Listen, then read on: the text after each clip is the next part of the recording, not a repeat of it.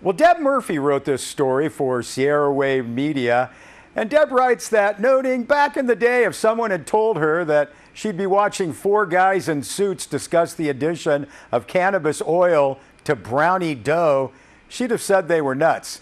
But that was part of the Inyo County Board of Supervisors discussion of Inyo County's cannabis program on Tuesday. County Cannabis Czar Nate Reed started his presentation by laying out the landscape of Inyo's cannabis business. He also came with questions. Would the supervisors consider adding a couple of business categories? And when would the next application window open? The board directed Reed to get the code changes back before the supervisors as soon as possible, then reopen the next wave of applicants. The new license issues would be worked out on a separate track so as not to delay new applications. Now, those new business licenses include separating infusion from processes requiring industrial zoning and a distinct manufacturing license, as well as adding a non-storefront retail category. Now, current codes require specific zoning for extraction process, but as Inyo County Planning Department Director Catherine Richards explained, folks can just buy the extracted oils to infuse into baked goods and lotions. They should come under a different licensing process. Now, the non-storefront retail would basically be a delivery service, with the distinction that the sale could not be made at the point of delivery. Nate Reed explained via email there would have to be a request submitted by a customer. You can't operate a delivery business like an ice cream truck, he stated. The supervisors were open to adding both license categories. We should encourage non-storefront retail, Inyo County Supervisor Matt Kingsley said. Now, based on the current cannabis landscape, Inyo supervisors also directed Reed to look at reallocating licenses among the 11 zones. 7 of those zones are in Matt Kingsley's District 5, specifically in the southeast portion of Inyo County. Now, after this first wave of applications, the only businesses outside of Kingsley's district are 2 retail operations in Dan Tothero's district north of Bishop City limits. Now, more than half of the 30 viable applications are cultivation operations. Retail accounts for roughly a fourth of manufacturing and micro business operations, each representing 10% of the total applications. No testing or distribution applications have been processed. Now, the license caps were admittedly applied randomly by each supervisor. After this first wave of applications, there are still plenty of potential future licenses. Jeff Griffiths, District 2, incorporates much of the city of Bishop.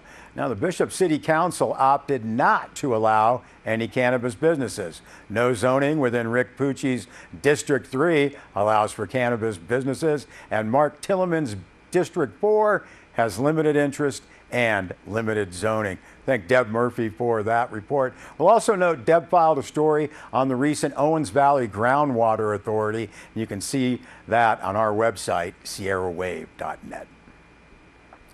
Well, the Mammoth Lakes Fire Safe Council has received approval from the Sierra Nevada Conservancy on a grant application for the Lakes Basin Hazardous Fuels Reduction Project in the amount of $1 million. This is to conduct mechanical and hand thinning, fuel breaks, roadside and campground fuels reduction, forest restoration, and meadow aspen release treatments on a minimum of 560 acres and up to 632 acres on Inyo National Forest land over a 2 to 3 year period. Now, these activities will protect public infrastructure, recreational access, and forest and watershed resources, news release notes. Project lies within the headwaters of Mammoth Creek, which provides municipal water to the town of Mammoth Lakes, flows into the Owens River. The award was authorized by the governing board of the Sierra Nevada Conservancy at a recently quarterly meeting.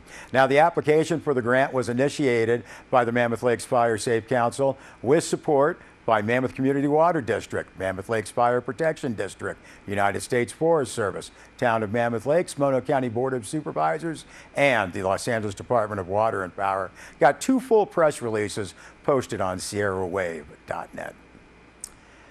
Well, two tragic stories in the eastern Sierra. We'll start with one that we had last week, the massive multi-agency search for missing U.S. Marine Corps First Lieutenant Matthew Kraft, 24 years old.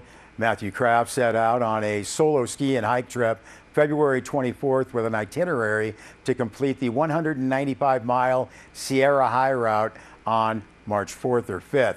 Now that search operation has transitioned into a limited continuous search status till Kraft is found.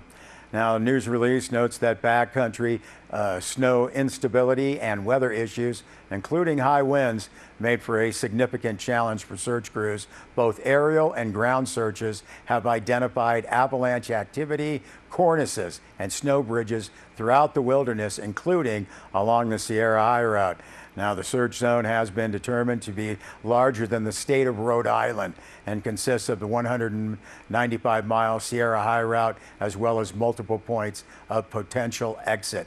That was the final news release about the search and rescue until new information becomes available. We will note that InsaWeb, the Incident Information System being used to relay regular updates, has gone into inactive status, meaning updates will no longer be posted. That page will remain accessible to anyone wanting information.